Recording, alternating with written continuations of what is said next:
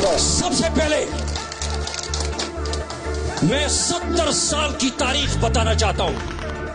اس ملک کے ساتھ ان جرنیلوں نے، ان ڈکٹیٹرز نے جنہوں نے قرآن کے اوپر پاکستان ملٹری اکیڈمی کاکول میں حلف اٹھایا اللہ کے کلام کے اوپر کہ آئین قانون کی بالادستی ہوگی، سیاست میں مداخلت نہیں ہوگی، پاک فوج کی عزت بقا اور اس ریاست کی بقا ہوگی، پاک فوج کو غلط استعمال نہیں کیا جائے گا.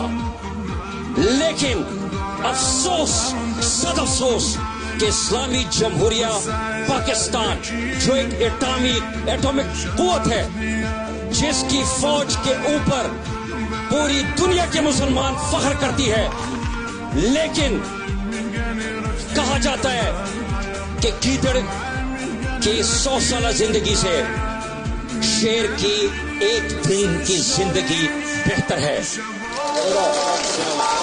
میرا سپہ سالار چیف آف آرمی اسٹاف کہتا ہے جنرل مشرف، غیرت دیکھیں، اتنی بڑی ایٹامک فوج کا سپہ سالاروں کے بغیرتی کی حد ہوتی ہے، اور وہ کہتا ہے کہ میں امریکہ کے سامنے اس لیے سب کو آپ کو جھکاؤں گا کیونکہ وہ پتھر کی زمانے میں ہمیں لے کے جائیں گے. بغیرتی کی ایک حد ہوتی ہے. اس کے بعد میں جنرل عاصم منیر صاحب آپ سے پوچھنا چاہتا ہوں، سوال پوچھوں گا. میرے رب، میرے دین نے مجھے اجازت دی ہے اور مجھے حکم دیا ہے، اور بڑی اچھی بات ہے کہ جب آپ تقریر کرتے ہیں تو میرے پاک کلام کی آیتوں کا ذکر کرتے ہیں. لیکن میں آپ سے پوچھنا چاہتا ہوں کہ جب آپ سے سوال ہوگا تو یہ تو آپ کو پتہ ہے کہ اسلام نے مجھے آپ سے سوال پوچھنے کا حق دیا ہے اور فرض میرے اوپر ہے، اور میں ان حکمرانوں سے جو ڈکیت، چور اور قابض کیے گئے اس ریاست کے اوپر، میں ان سے بھی پوچھوں گا.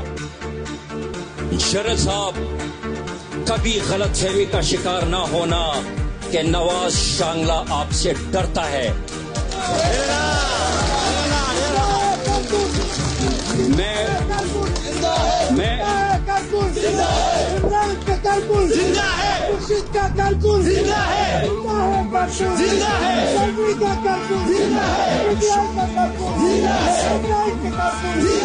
سنو پاکستانیوں سنو، یاد رکھنا میں کوئی جذباتی نہیں ہوں، لیکن جب میں بات کرتا ہوں تو میں اللہ کے ڈر سے اور خوف سے کہ میں نے جرنیلوں کے اور ان چوروں کے خوف سے اپنا منہ بند نہیں کرنا. میں نے عوام کا پوچھنا ہے.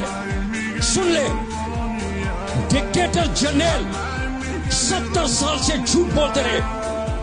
کبھی انہوں نے سرداری کو چور کہا تو ایک چیف آف آرمی اسٹاف نے جب کہا کہ چور ہے، آئین توڑا، قانون توڑا، اپنے قرآن کے اوپر اس جرنیل نے حلف کی پاسداری نہیں کی اور اللہ تعالیٰ سے بغاوت کی، تو دوسرا آرمی چیف آ کے کہتا ہے کہ پچھلا آرمی چیف جھوٹا تھا.